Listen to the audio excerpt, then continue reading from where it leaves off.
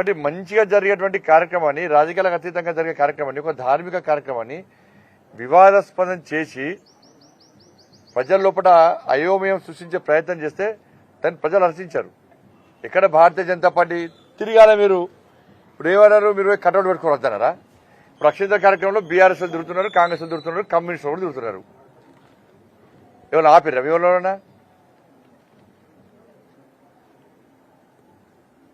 ఇవాళ కాంగ్రెస్ అధినాయకత్వాన్ని ఆ ట్రస్ట్ వాళ్ళు పిలిచిరు కదా ప్రాంత పరిషత్ కార్యక్రమానికి, ఎందుకు పోలే? కూడా పిలవలేదంటారు. పిలిచి ఎందుకు పోతలేరు?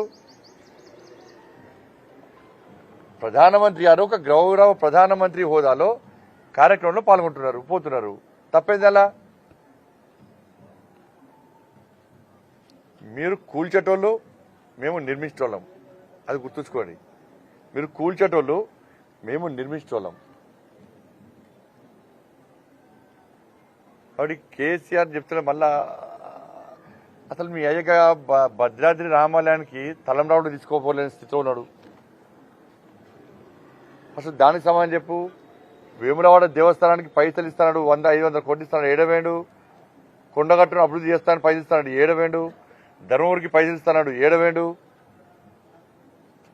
మీరు ఇచ్చేది కాక వేములవాడ దేవస్థానానికి సంబంధించి 5 కోట్ల రూపాయలను ఇవాళ వేరే ప్రాంతం తరలించే ప్రయత్నం చేస్తాం. మేము అడ్డుకుంటూ ఆగింది. అది మీకు హిందూ ధర్మం గురించి కానీ, హిందూ దేవాలయాల గురించి కానీ మాట్లాడే అర్హత కాంగ్రెస్ పార్టీలకు, బీఆర్ఎస్ పార్టీలకు లేదు.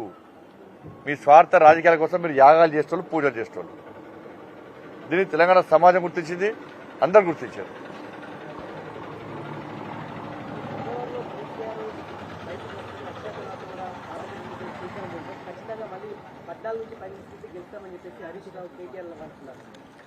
బయటికి వస్తేనే పడుచుకోలేదు, లోపల ఉన్న పడుచుకోండి. కేసీఆర్ గురించి వాళ్ళు మాట్లాడుస్తారు. ఎలా చెప్పు. కేసీఆర్ జనం మర్చిపోయారు. బయట తిరిగితే ఎన్ని గెలిచినాయి? కేసీఆర్ బయట లోపలున్న కేసీఆర్ గురించి పట్టించుకునే వ్యక్తులు లేరు. ఇవాళ బీఆర్ఎస్ పార్టీ తెలంగాణ గురించి మాట్లాడే అర్హత కోల్పోయింది. వాళ్ళ పార్టీ నుంచే తెలంగాణ అనే పదాన్ని తొలగించినటువంటి పార్టీ బీఆర్ఎస్ పార్టీ. జాతీయ పార్టీ అన్నారు, ముంబైలో పోటీ చేస్తామన్నారు. అసలు జాతీయ పార్టీ, ప్రాంతీయ పార్టీ ఇప్పుడు స్పష్టత లేదు వాళ్ళకు. ఇది విక్తం, అది విక్తం, ఇది ఓడుస్తాం, అది ఓడుస్తాం అన్నారు. మేమే కీలక పాత్ర పోషిస్తాం ఈసారి పార్లమెంట్ ఎన్నికల్లో అన్నారు. ఏ రాష్ట్రంలో ఎన్ని సీట్లు పోటీ చేస్తారో స్పష్టం చేయండి. ఇక్కడనే క్యాండిడేట్ గతి లేరు. మీ బీఆర్ఎస్ పార్టీ వాళ్ళే ఇవాళ మీ పార్టీ సింబల్ మీద పోటీ చేయడానికి సిద్ధంగా లేరు పార్లమెంట్ ఎన్నికల్లో. ఎందుకంటే ఏడవైనా గల్లీలో ఎవరున్నా కూడా ఢిల్లీలో మోడీ గారు ఉండాలని చెప్పి ప్రజలు కోరుకుంటున్నారు. గల్లీలో ఎవరున్నా కూడా ప్రస్తుత పరిస్థితిలో ఢిల్లీలో మోడీ గారు ఉండాలని చెప్పి ప్రజలు కోరుకుంటున్నారు. అన్ని పార్టీల నాయకులు కోరుకుంటున్నారు. మళ్లీ అప్పీల్ చేస్తున్న కాంగ్రెస్, బీఆర్ఎస్ పార్టీ నాయకులకు మళ్లీ అప్పీల్ చేస్తున్నా. ఢిల్లీలో తిరిగి ఏర్పడేది నరేంద్ర మోడీ గారి ప్రభుత్వం. ఇక్కడ ఎక్కువ సంఖ్యలో భారతీయ జనతా పార్టీకి సంబంధించిన పార్లమెంట్ సభ్యులు గెలిస్తే ఎక్కువ నిధులు వస్తాయి. మనం తెలంగాణ రాష్ట్రాన్ని అభివృద్ధి చేసుకోవాలి. బీజేపీ కార్యకర్తలైనా, బీఆర్ఎస్ పార్టీ కార్యకర్తలైనా, కాంగ్రెస్ పార్టీ కార్యకర్తలైనా అసెంబ్లీ ఎన్నికలు అయిపోయినాయి, ప్రజలు తీర్పిచ్చారు. దాన్ని శిరసావహిస్తాం వెళ్ళం కూడా, ప్రజాస్వామ్య వల్ల మేము. కాబట్టి ఇప్పుడు పార్లమెంట్ ఎన్నికల్లో బీజేపీ పార్లమెంట్ సభ్యులు గెలిస్తే ఎక్కువ నిధులు వస్తాయి. ఇదే అక్కడ తిరిగి ఏర్పడేది మోడీ గారి ప్రభుత్వం క్లారిటీ ఉంది. అలా ఒకటి పగలు పట్టింపులు ఇవన్నీ పోకుండా అన్ని పార్టీల కార్యకర్తలు ప్రజలకు ఆలోచిస్తున్నటువంటి ఆలోచనకు అనుగుణంగా మీరు జెండాలు పక్క పెట్టండి. భారతీయ జనతా పార్టీ గెలిస్తే ఇవాళ మనకు నిధులు వస్తాయి, మన తెలంగాణ రాష్ట్రం అభివృద్ధి చేస్తుంది. ఇట్లా ఆలోచించాలని చెప్పి కోరుతా ఉన్నాను నేను. బీఆర్ఎస్ లేనేలేదే, బీఆర్ఎస్ ఏడుని చెప్పరాదు. ఇప్పుడు బీఆర్ఎస్ సింబల్ మీద ఎంపీగా పోటీ చేయడానికి ఎవరైనా సిద్ధంగా ఉన్నారా? 17 మంది పేర్లను 24 hours అనౌన్స్ చేయమని చెప్పండి. మా దాంట్లో పోటీ ఉంది, వాళ్ళ పోటీ లేదు.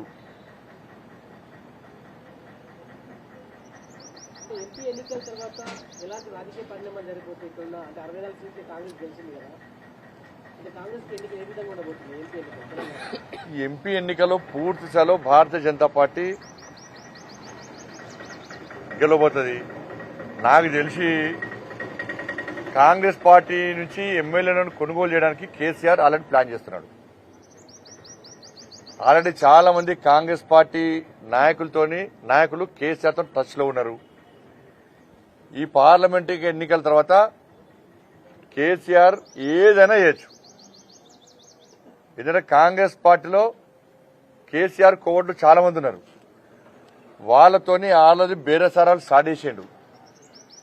మొన్న అసెంబ్లీ ఎన్నికల్లో చాలా స్పష్టంగా చెప్పింది నేను, చాలా మందికి కేసీఆర్ పైసలు ఇచ్చిండు.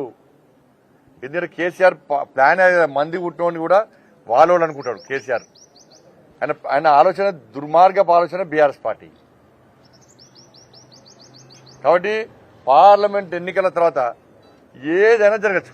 కేసీఆర్ మూర్ఖత్వపు ఆలోచన వల్ల, కేసీఆర్ కుట్రల వల్ల ఏదైనా జరగదు. కేసీఆర్ కు ప్రజాస్వామ్యం మీద నమ్మకం లేదు, రాజ్యాంగం మీద నమ్మకం లేదు, చట్టాలంటే గౌరవం లేదు, తోటి మనిషి అంటే కనీసం విలువ ఉండదు ఆయనకు ఆయన కుటుంబానికి. కాబట్టి దేనికైనా ఆ కుట్రలకు తెగించి ముందుకు వచ్చే వ్యక్తి కేసీఆర్ కుటుంబం. ఏదైనా చేస్తాడు, ప్రభుత్వాన్ని ఇబ్బంది పెట్టే ప్రయత్నం ఏదైనా చేయొచ్చు. అది చేస్తాడు, మళ్ళీ బీజేపీ నూకే ప్రయత్నం చేస్తాడు. ఈ కాంగ్రెస్ వాళ్ళకు మీరు ఫస్ట్ కేసీఆర్ సంగతి చూడరు. ఫస్ట్ మీరు బీఆర్ఎస్ బీజేపీ ఒకటి, బీజేపీ ఎక్కడ ఒకటే, బీఆర్ఎస్ బీజేపీ ఒకటి కలిసి పోటీ చేస్తాం. ఎప్పుడైనా మీరు దాన్ని పట్టుకొని మళ్ళీ పార్లమెంట్ లో గెలిచే ప్రయత్నం చేస్తే మీ సంగతి కేసీఆర్ చూస్తారు. ఫస్ట్ మేము కొట్లాడుకుని కాదు, కాంగ్రెస్ బీజేపీ కొట్లాడుకుని కాదు, ఉన్న అక్కడక్కడ కొంచెం ఉన్న బీఆర్ఎస్ పార్టీ ఆయన బొంద పెట్టాలి ఫస్ట్. ఎందుకంటే ప్రజలను రాసి రంపాన పెట్టిన బీఆర్ఎస్ పార్టీ వాళ్ళు, ప్రజల బతుకులు సర్వనాశనం చేసింది బీఆర్ఎస్ పార్టీ, కేసీఆర్ కుటుంబం ముఖ్యంగా. ఫస్ట్ వాళ్ళ సంగతి చూద్దాం. మీరు కలిసి అభివృద్ధి చేసుకుందాం తెలంగాణ రాష్ట్రాలంటే మీరు వాళ్ళ బీఆర్ఎస్ బీజేపీ ఒకటి, ఒకటి ప్రజలు అమ్మలేరు, మర్చిపోయారు. ఒకప్పుడు నమ్మిరు, మీరు చెప్తే నమ్మిరు. ఇప్పుడు ఎవ్వరు కూడా బీఆర్ఎస్ బీజేపీ ఒకటంటే ప్రజలు నమ్మే స్థితిలో లేరు. ఫస్ట్ మీరు బీఆర్ఎస్ సంగతి చూసుకోరి, తెరవనికి ఏం జరుగుతుందో, కేసీఆర్ ఏం చేస్తుండో, ఏం చేయబోతుండో ఫస్ట్ దాన్ని గమనించండి. మీ ఇంటెలిజెన్స్ వ్యవస్థను పరీక్ష చేసుకోండి ఫస్ట్. అరే చాలా విషయాలు మాకు తెలుస్తున్నాయి, మీకు తెలుస్తలేవు. మీరు గదే గుడ్డి ఆలోచన ఉన్నారు. బీఆర్ఎస్ బీజేపీ ఒకటి అది చెప్పుకుంటేనే టైం పాస్ చేసే ప్రజలు దాన్ని ఎవరు నమ్మరు. హాస్పిటల్ ఎన్నికలు ఎవరు నమ్మరు. కొంత నమ్మించారు, దాని సక్సెస్ అయ్యారు నమ్మించడంలో, మోసం చేయడంలో. ఇప్పుడు నమ్మరు, ప్రజలు నమ్మరు. ఇప్పుడు ప్రజలు తెలంగాణ రాష్ట్ర అభివృద్ధి కోరుకుంటున్నారు. కాంగ్రెస్ పార్టీ ప్రభుత్వం ఏర్పడ కూడా కేంద్రంలో బీజేపీ ప్రభుత్వం ఏర్పడబోతుంది. కాబట్టి ఈ ఎన్నికల్లో బీజేపీకి ఓటేయాలి. మనం తెలంగాణ రాష్ట్రాన్ని అభివృద్ధి చేసుకోవాలి, ఎక్కువ నిధులు తెచ్చుకోవాలి. ఎక్కువ నిధులు రావాలంటే, తెలంగాణ రాష్ట్రం అభివృద్ధి చెందాలంటే ఇలా బీజేపీ ఎంపీలను గెలిపించాలి. బీజేపీ ఎంపీలను గెలిస్తే బీజేపీ ఎంపీలు కొట్లాడి ఎక్కువ నిధులు తీసుకొస్తారు. అయిపోయింది, ఎన్నికల వాతావరణం అయిపోయింది. ఇప్పుడు అభివృద్ధి కావాలి మనకు. అప్పుల పాలైంది తెలంగాణ రాష్ట్రం, అప్పులు తీసుకోవాలి, సంక్షేమ పథకాలు అమలు కావాలి. కాంగ్రెస్ పార్టీ ఇచ్చిన హామీలు నెరవేర్చాలంటే కూడా ఇక్కడ బీజేపీ రావాలి, ఎంపీలు గెలవాలి. ఇప్పుడు ఎక్కడ చేసేస్తారు పైసలు? వాళ్ళ రైతు బంధు మీరేమన్నారు? ఎన్నికల తర్వాత వెంటనే 15,000 రూపాయలు ఎకరానికి వేస్తామన్నారు. 48 లక్షల వాళ్ళ సీజన్ స్టార్ట్ అయింది. 48 లక్షల మంది రైతులు ఎదురు చూస్తున్నారు. ఇవాళ పంట పెట్టుబడి పెట్టలేని పరిస్థితి ఉన్నది ఇవాళ. కాబట్టి రైతు బంధు ఎందుకు వేయరు? కానీ మీ కాంగ్రెస్ పార్టీ సంక్షేమ పథకాలు అమలు కావాలన్న కూడా ఇక్కడ బీజేపీ పార్లమెంట్ సభ్యులు అధిక స్థానంలో గెలవాలి. దాన్ని కాంగ్రెస్ పార్టీ నాయకులు గుర్తుంచుకోవాలి. మీ కాంగ్రెస్ పార్టీ గెలవది, కేంద్రం రాదు. అందుకే నేను కాంగ్రెస్ పార్టీ నాయకులకు నేను పర్సనల్ విజ్ఞప్తి చేస్తున్నాను, మీరు మొండిపాటి ఓకూరి. ఇక్కడ రాహుల్ గాంధీ శభాష్ అనాలే, సోనియా గాంధీ శభాష్ అని చెప్పి మీరు మొండిపాటుతోని మేము కొట్లాడి ఇంకోటి మధ్యలో గెలుచుడో, ఇలా ఎక్కువ స్థానాలు పార్లమెంట్ లో మీరు గెలవాలని చూస్తే మీకే మోసం, తెలంగాణ రాష్ట్ర ప్రభుత్వానికే మోసం జరుగుతుంది. దాన్ని గుర్తుంచుకోవాలి. మీరు మొండిపాటు పక్క పెట్టండి. ఇలా ఇక్కడ బీజేపీ గెలవాలని కోరుకోరు. మీరు గెలిస్తేనే మీరు రాష్ట్రంలో అధికారులు ఉంటారు, అభివృద్ధి మనం చేసుకుంటాం. అభివృద్ధి ద్వారా మేము కూడా సహకరిస్తాం. మోడీ గారికి ఎన్నికలు ఇవన్నీ ముఖ్యంగా, దానికి అభివృద్ధి ముఖ్యం. ఏ పార్టీ అధికారంలో కూడా అభివృద్ధి చేయాలనుకుంటారు. అటువంటి వ్యక్తికి ఇంకా మనం తెలంగాణ రాష్ట్రం నుంచి ఇంకా ప్రోత్సహించే ప్రయత్నం చేయాలి. ఎక్కువ ఎంపీలకి బీజేపీ మీరు కలిస్తే ఎక్కువ మీరు మేము కలిసి ఎక్కువ తీసుకొచ్చుకుందాం. అట్లానే అనేది ఇప్పుడు బీఆర్ఎస్ వాళ్ళు 17 సీట్లు గెలుస్తామంటున్నారు, కాంగ్రెస్ వాళ్ళు 14 సీట్లు గెలుస్తామంటున్నారు. మేము 14 సీట్లు, ఎన్ని ఉన్నాయి సీట్లు? 17 సీట్లే ఉన్నాయి. ఇవన్నీ కలిస్తే 50 దాడుతున్నాయి వాళ్ళ. కాబట్టి నేను మళ్ళీ చెప్తున్నా, ప్రజలు ఏం కోరుకుంటారు అంటే గల్లీలో ఎవరు కూడా ఢిల్లీలో మోడీ గారు ఉండాలి ఈ దేశం కోసం. ఇది ప్రజల ఆలోచన, ప్రజల విధానం, ప్రజల నినాదం. సుస్థిరంగా ఉండాలని కోరుకుంటున్నాను. మేము ప్రభుత్వాలను కూల్చేటువంటి ఆలోచన మాకు ఉండదు, అటువంటి కుట్ర మాకు తెలియదు. కేసీఆర్ విషయంలో కొంచెం జాగ్రత్తగా డేగా కనతం చూడాలంటున్నాను నేను. కేసీఆర్ కామన్ అంటే కుట్రలు చేస్తాడు, ఏది చేసినా కుట్రలు చేస్తూ ఉంటాడు. దాన్ని గమనించుకోండి, మీ ప్రభుత్వం జాగ్రత్త. మరి అది కేసీఆర్ ఏం చేస్తాడో అర్థం చేసుకోండి ఒకసారి. ధన్యవాదాలు. ఒకవేళ కేసీఆర్ ఏదైనా కుట్రలు కనుక చేసినట్టయితే బీజేపీగా మీరు వాటిని అడ్డుకుంటారా? ఎటువైపు ఉంటారు? మాకేం సంబంధమే, వాళ్ళ గురించి వాళ్ళేం చేయాలి. ప్రజాస్వామ్యాన్ని కాపాడాల్సిన బాధ్యత భారతీయ జనతా పార్టీ మీద ఉంటుంది. ప్రజాస్వామ్యాన్ని కాపాడే పార్టీ భారతీయ జనతా పార్టీ, ప్రజాస్వామ్యాన్ని పరిరక్షించే పార్టీ భారతీయ జనతా పార్టీ. కానీ వాళ్ళ ఎమ్మెల్యేలను, వాళ్ళ నాయకులను కాంగ్రెస్ పార్టీ కాపాడుకోవాలి. మేము పోయి కాపాడతామా? అన్న పోకూరు అన్న బీఆర్ పోకూరు మేము ఆడతామా? వాళ్ళు కాపాడుకోవాలి.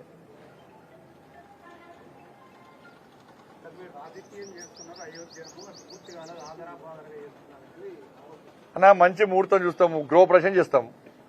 గృహప్రవేశం మొత్తం బిల్డింగ్ కంప్లీట్ అయ్యాక గృహప్రవేశం చేస్తామా?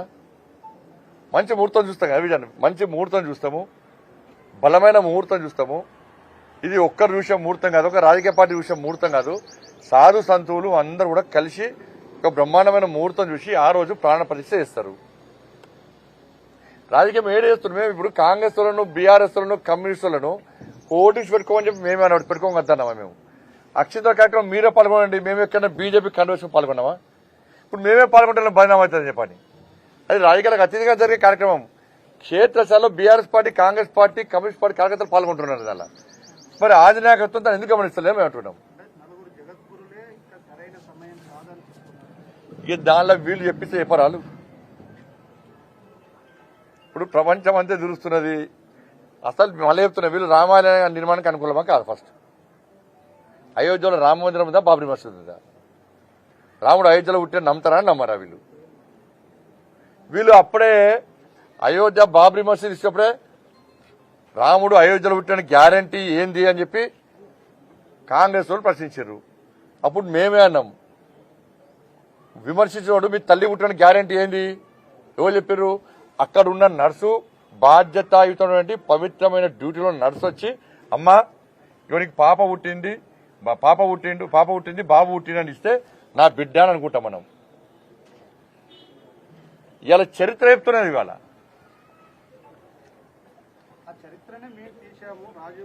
మరి తీస్తే ఎందుకు వస్తలేరు మీరు? మరి బాబ్రీ మసీద్ కూల్చిపోతే తప్పు అని ఎందుకన్నారు మీరు? రామాలయ నిర్మాణ కార్యక్రమాన్ని ఎందుకు వ్యతిరేకించారు మీరు? ఎందుకు విమర్శలు చేశారు?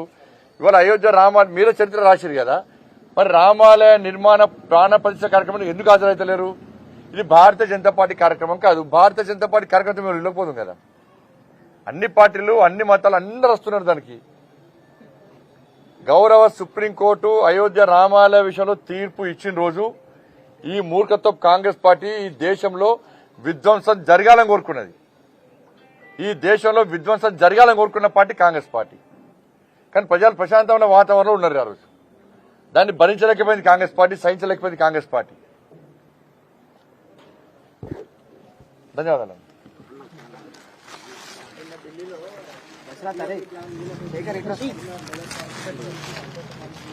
ఏదైనా సహకరిస్తామన్నా. తెలంగాణ రాష్ట్ర అభివృద్ధికి వాళ్ళు రమ్మంటే మేము వస్తాం, వాళ్ళు వేనా మా నాయకులకు తప్పకుండా తెలంగాణ రాష్ట్ర అభివృద్ధి సహకరించాలని విజ్ఞప్తి చేస్తాం. నరేంద్ర మోడీ గారు తెలంగాణ రాష్ట్ర అభివృద్ధికి కట్టుబడినారు, కమిట్మెంట్తో ఉన్నారు. ఎట్టి బస్సులో దీనిలో రాజకీయాలకు సంబంధం లేకుండా పోయినసారి రాష్ట్ర ప్రభుత్వము వాళ్ళ మంత్రులు అయిపోయారు. పోయినసారి రాష్ట్ర ప్రభుత్వము కేంద్ర ప్రభుత్వాన్ని విమర్శించడానికే టైం వేస్ట్ చేసింది, మోడీ గారు తిట్టడానికే టైం వేస్ట్ చేసింది. అటువంటి ప్రయత్నం కాంగ్రెస్ పార్టీ చేయొద్దు. ప్రతి విమర్శలకు సమయాన్ని వృధా చేసుకోకండి. మీరు, మేము అందరం కలిసి తెలంగాణ రాష్ట్రపతి అందరం కలిసి తెలంగాణ రాష్ట్ర అభివృద్ధికి నిధులు తెచ్చుకుందాం. అందుకే దానికి ఎక్కువ నిధులు రావడానికి మంచి అవకాశం పార్లమెంట్ ఎన్నికల్లో భారతీయ జనతా పార్టీ ఎంపీలను గెలిపించడం.